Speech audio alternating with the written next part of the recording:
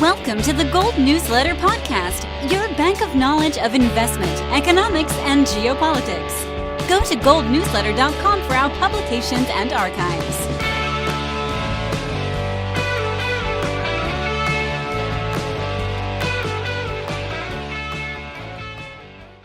This is the Gold Newsletter Podcast. Always my privilege to join you, Fergus Hodgson, your host.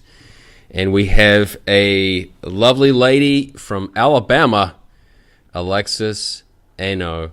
She is an attorney now based in Liechtenstein and is going to explain to us how this microstate is going to lead the way in legal reforms for cryptocurrencies, the blockchain space. I mean, all these words sometimes get beyond me as to what they cover.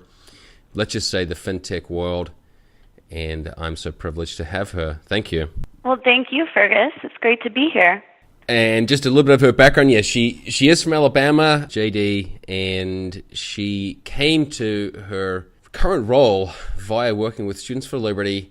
And I see on her LinkedIn bio, Right to Work. Is it the Right to Work Institute? What's that place called? Yeah, so I was actually working in Auburn for a summer at the National Right to Work Legal Defense Foundation, and it's a conservative nonprofit that's focused on campaign finance reform. So the summer that I spent in Auburn, I spent a lot of time at the Mises Institute by default.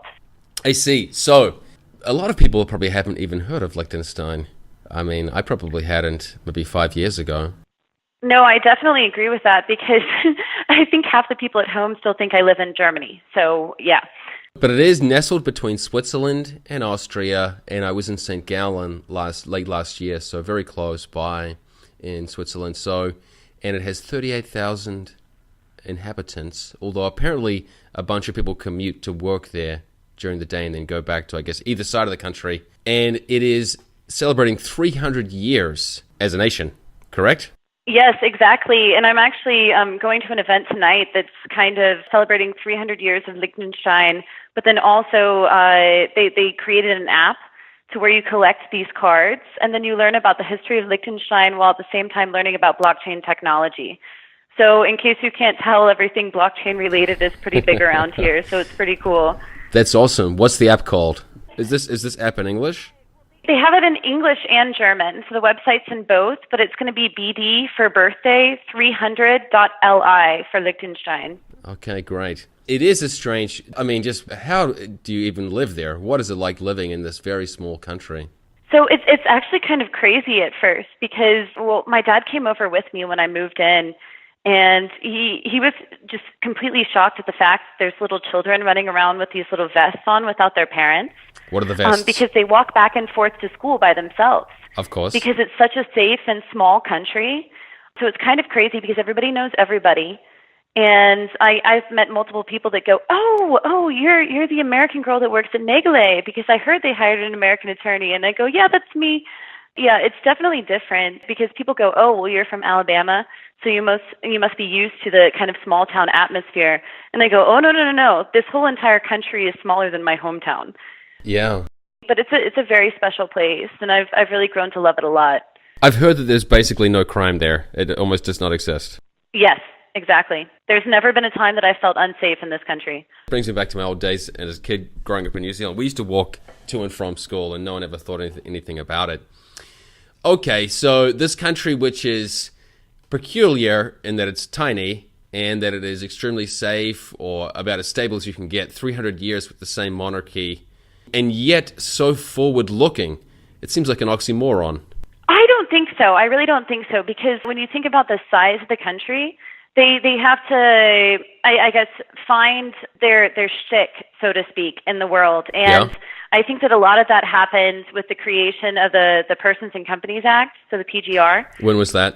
That was in the 1920s, I believe. And that was aimed at kind of creating a very friendly corporate environment here in Liechtenstein. They kind of picked the best corporate law from other jurisdictions to create a very, very friendly corporate atmosphere here to attract entrepreneurs and businesses. That was even way back then. Has it succeeded? Have people actually come to make a home as an entrepreneur? Yes, definitely. I would definitely say so. And then I think that the main thing that Liechtenstein is known for, because I guess whenever I talk about blockchain technology in the country, people, the first thing they think of when they think of Liechtenstein is banking. Then what I say is the same regulatory authority that's responsible for having made banking so successful in this country by providing governmental support, while at the same time, good regulations, providing a good network. So the Financial Market Authority of Liechtenstein is also the same authority that's responsible for enforcing different aspects of the Blockchain Act.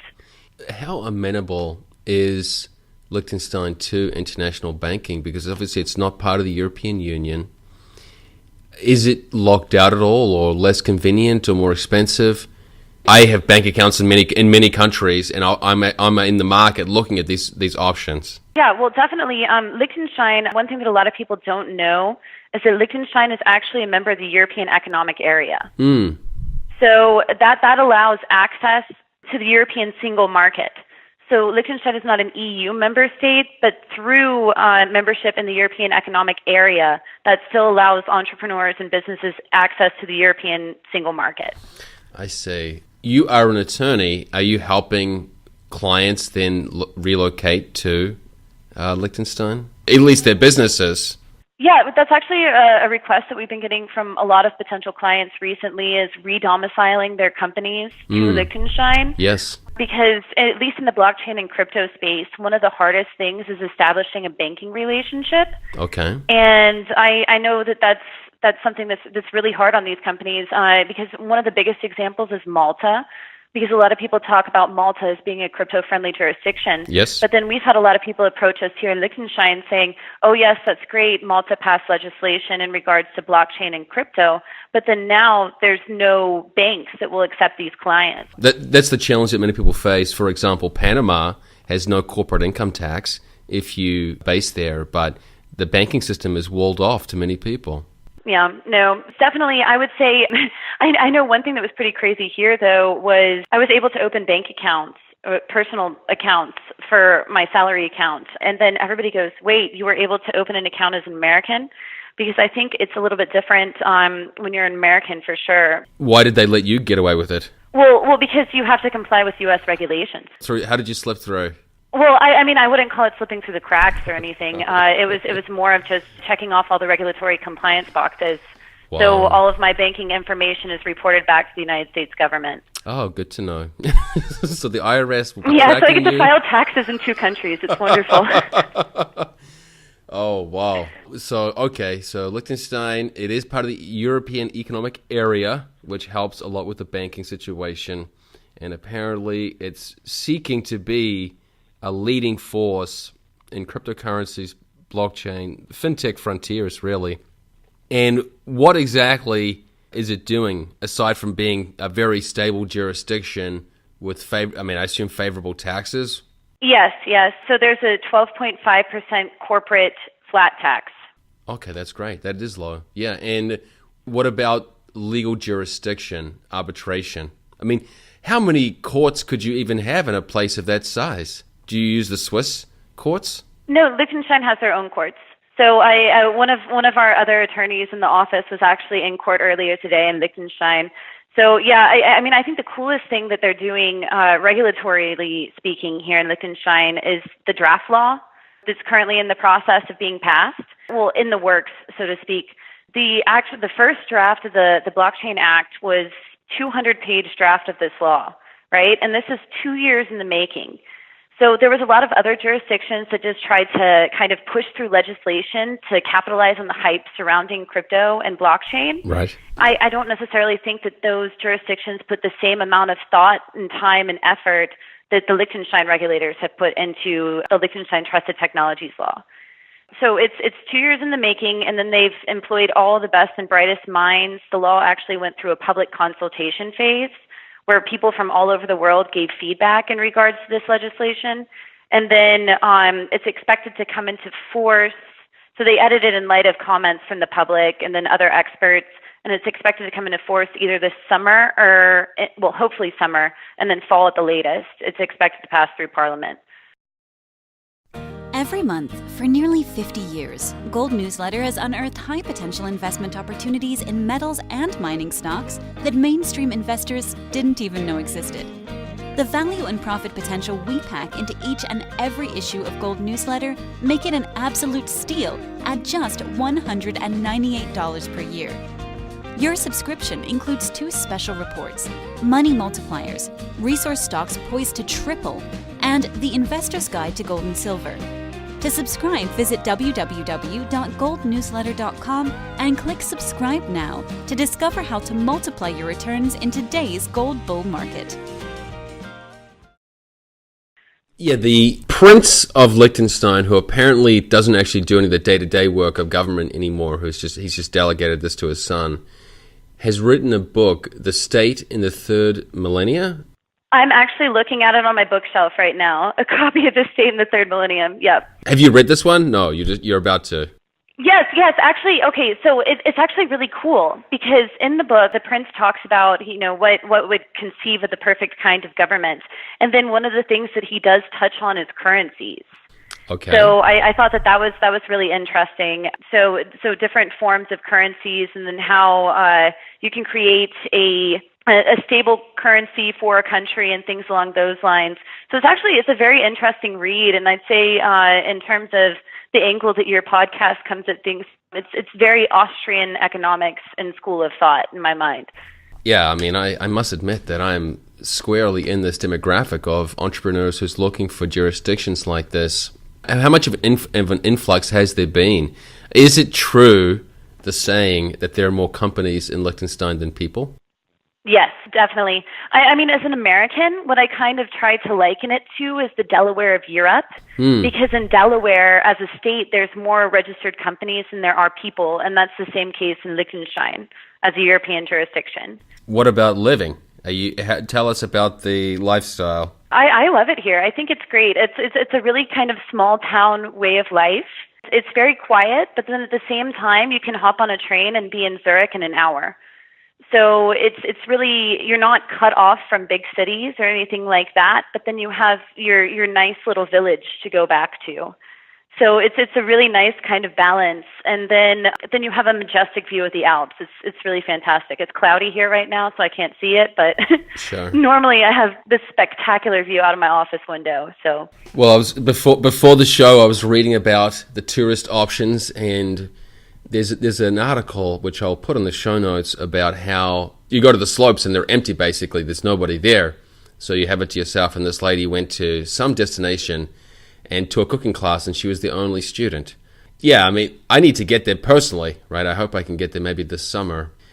Okay, and you said you actually studied German before getting there, but then it's a whole new dialect. How can you have a dialect with so few people? Oh, well, actually, there's more than one dialect within the country. How can that function? Yeah, that's kind of shocking because up in the mountains you have Triesenberg, right? So, and then Triesenbergers have their own dialect that's completely different from, I guess, normal Valley Liechtenstein dialect. So it's definitely really, really interesting. But I think that the reason why there's so many dialects within Switzerland and within Liechtenstein and within this area of the world is because of the Alps.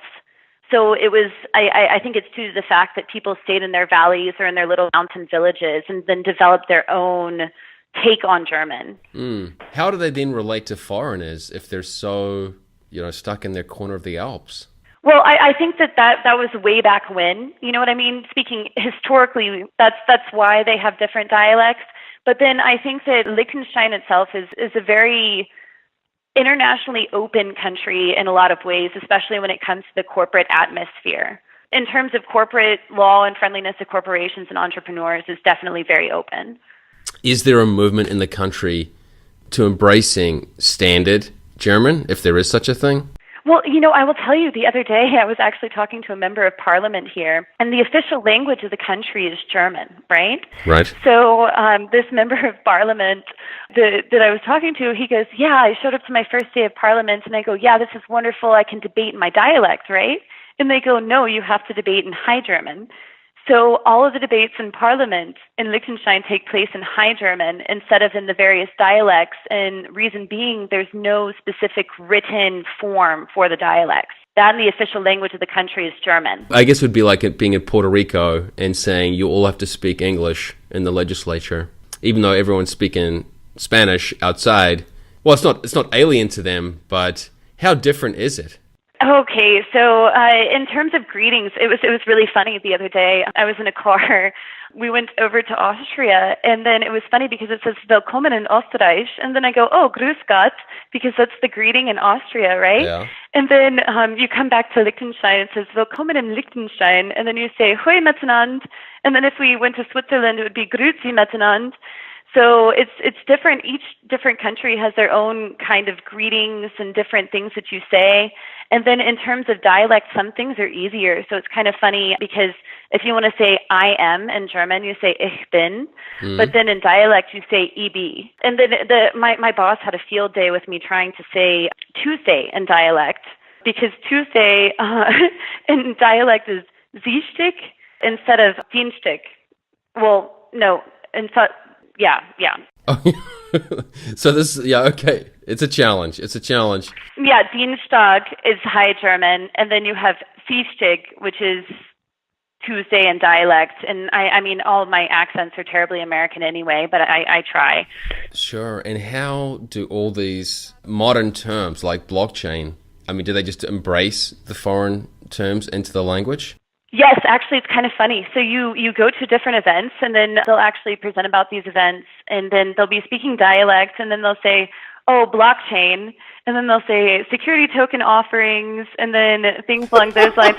So it's really kind of funny because I think in a lot of ways you have to keep the English terms, because, I mean, even with coding, if you're trying to code smart contracts or anything along those lines, you're going to need to stick with the English formatting. So because all these coding languages are using English words. Yeah, it is awkward because I studied some finance in Central America, and people would try to translate everything into Spanish, but it seemed pointless because we all knew the words originated in English. They were trying to impose literal translations just to, I guess, maintain the purity of the language, but it seems like it's going to be a force almost impossible to stop, the spreading of just basically generic terms in various languages. Okay, so you're basically saying this country is, although stable, very open, and it's looking for its niche, and it seems to be the fintech space. Is that you say, it is working. There are more corporations there. Give us some more sales pitches. Why should we consider this place? Well, I'll tell you, even too, with fintech projects, one cool thing about the FMA is I've heard that BaFin in Germany, the regulator in Germany, is actually jealous of the wealth of knowledge, so to speak, that the FMA has accumulated here. And that's because the FMA has a whole department dedicated to fielding these fintech inquiries. Your firm is Nägele. How do you pronounce this one? Nägele? Nägele. And why don't you tell us then about what you do personally in terms of interacting with clients and what value you are bringing. You've gone a long way to Liechtenstein, and you're saying it's the Delaware of Europe. And do you want to give a demographic profile of people who might be taking up the opportunity? Okay, yeah, definitely. So here at the firm, it's a really cool atmosphere. We've been involved in over 150 blockchain and crypto-related projects since the firm was founded in 2014. So that was December of 2014. So I guess it was kind of a natural progression. So Thomas Nägele, his background was in IT. So he had 10 years of experience in coding and computer software programming. When he started his firm, it just ended up being, I guess, a natural progression into this area once he discovered Bitcoin and then started kind of going more into the realm of blockchain and crypto. So and then the other partner at our law firm is a securities lawyer, so Thomas Feldkirche. And then, so it's a really great combination because we have Thomas Nägele, who knows all the tech behind everything, and then we have Thomas Feldkirche, who has the securities background and the capital markets law experience. So we're really able to help clients bring their projects to life here in Liechtenstein, and then by default help them gain access to the European single market. So it's very exciting. And then it's funny because we have people from all over the world approaching us. So it's a cool situation we got going on here. And then in terms of what I've been doing here, part of the reasons that I came here was for help with all of the English. I've been interacting with clients in terms of, I guess, in some ways, bridging the gap because a lot of our clients interact with us speaking English, whether Right. or not their native language is English, or whether or not their native language is English, or they communicate with us in English. Sure. It's the neutral language. Great. I already follow Incrementum. That's Demelza Hayes' group, or the one she works with, and they put out great cryptocurrency research. Is there any other publication devoted to Liechtenstein that you would recommend? So I know that actually the entity that connected us, or connected you to us, ICO.li, Yes. they're doing a lot of news in the crypto and blockchain space here in Liechtenstein. So I would say that they would be a good one to reach out to, but Incrementum's doing a lot of good work with Demelza over there for sure. ICL.li? ICO.li. So like initial coin offering.li. I gotcha.